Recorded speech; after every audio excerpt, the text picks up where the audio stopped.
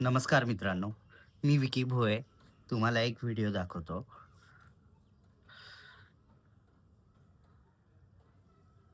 आता जसं झाडाला मिठी मारताय चांगली गोष्ट आहे.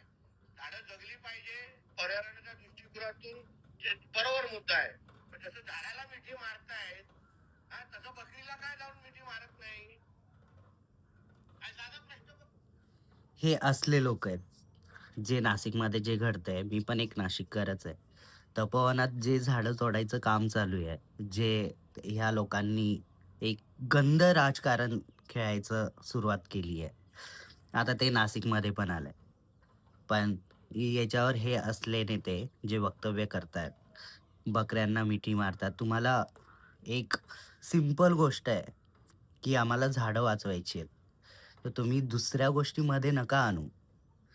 त्याचा फायदाच नाहीये. फायदा फक्त तुम्हा लोकांना होणार आहे. आणि काय तुमची भाषा हो. पहिले तुमची भाषा सुधरवा. मी म्हणतो ना, ह्या अशा लोकांना आपण निवडून का देतो?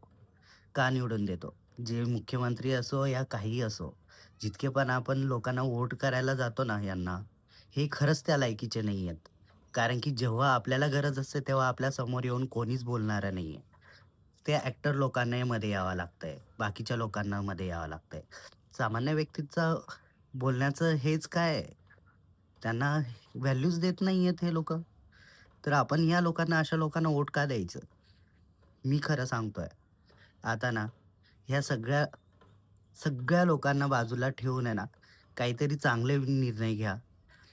जे पण पुढे निवडणुका येतील ना, ह्या लोकांना नका वोट करू हो. नका वोट करू. काहीच फायदा नाहीये. आपण त्याच्यापेक्षा वोटच देणं बंद करणार. मी तर वोट देणारच नाहीये. कोणालाच नाही. जोपर्यंत एखादा चांगला व्यक्ती, शिक्षित व्यक्ती, ज्याची भाषा, मराठी भाषेचं हे इतकं गुणगान गातात. मी पण मराठीच आहे. पण आपण मराठी भाषेचा एक आदर तरी ठेवा. एक चांगले शब्द वापरा. कसले-कसले शब्द वापरतात हे भाषा करतात, जेव्हा भाषणाला वगैरे जातात. न्यूजवर बघतो, लहान-लहान मुलं बघतात. लहान-लहान मुलं विचारतात, की "हे काय? हे असं बोलतायत, हे याचा अर्थ काय?" हे चुकीचं आहे ना? विचार करा.